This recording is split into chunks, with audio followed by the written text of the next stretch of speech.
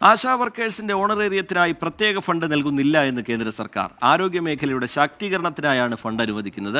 അനുവദിക്കുന്ന ഫണ്ട് സംസ്ഥാന സർക്കാരിന്റെ മുൻഗണനയനുസരിച്ച് വിനിയോഗിക്കാമെന്നും കേന്ദ്ര ആരോഗ്യവകുപ്പ് സഹമന്ത്രി പ്രതാപ് റാവു ജാവദ് പറഞ്ഞു. ബൽറാം നെടുങ്ങാടി വിവരങ്ങളുമായി ചേരുന്നുണ്ട് ഡൽഹിയിൽ നിന്ന്. ബൽറാം, കേന്ദ്രം ഇതിൽ നിലപാടറിയിക്കുന്നത് എങ്ങനെയാണ് ബൽറാം?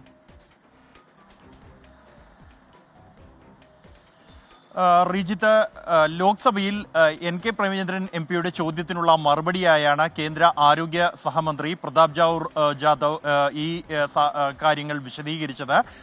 ഈ സാമ്പത്തിക വർഷത്തിൽ ഇതുവരെയും കേരളത്തിന് ദേശീയ ആരോഗ്യ ദൗത്യത്തിന്റെ ഭാഗമായി കേന്ദ്രം 1350.67 കോടി രൂപ അനുവദിച്ചിട്ടുണ്ട് എന്നും ആശാ വർക്കർമാരുടെ ഓണറേറിയത്തിനായി കേന്ദ്ര സർക്കാർ സംസ്ഥാനത്തിന് പ്രത്യേകമായി ഫണ്ട് നൽകുന്നില്ല എന്നും മറിച്ച് ദേശീയ ആരോഗ്യ ദൗത്യത്തിന്റെ ഭാഗമായി ആരോഗ്യ മേഖലയുടെ മൊത്തത്തിലുള്ള ശാക്തീകരണത്തിനായാണ് ഫണ്ട് നൽകുന്നത്. അതിൽ നിന്നും സംസ്ഥാന സർക്കാരിന് മുൻഗണനാ ക്രമം അനുസരിച്ച് ആ ഫണ്ട് ഉപയോഗിക്കാൻ കഴിയുന്ന തരത്തിലാണ് ഈ ഫണ്ട് അനുവദിക്കുന്നത് എന്നുമാണ് കേന്ദ്ര ആരോഗ്യ സഹമന്ത്രി വിശദീകരിക്കുന്നത്. ഒപ്പം തന്നെ കേരളത്തിലെ ആശാ വർക്കർമാരുടെ സമരത്തിന്റെ കാര്യവും അവർ ഉന്നയിച്ച ആവശ്യങ്ങൾ 7,000 രൂപയിൽ നിന്നും 21,000 രൂപയായി ഓണറേറിയം വർദ്ധിപ്പിക്കണമെന്നും 2024 മുതൽ ജനുവരി 2025 വരെയുള്ള കുടിശ്ശിക വിതരണം ചെയ്യണം എന്നതടക്കമുള്ള അവർ ഉന്നയിക്കുന്ന ആവശ്യങ്ങളും കേന്ദ്ര സർക്കാരിന്റെ ശ്രദ്ധയിൽപ്പെടുത്തിയിട്ടുണ്ട് എന്നുമാണ് കേന്ദ്ര ആരോഗ്യ സഹമന്ത്രി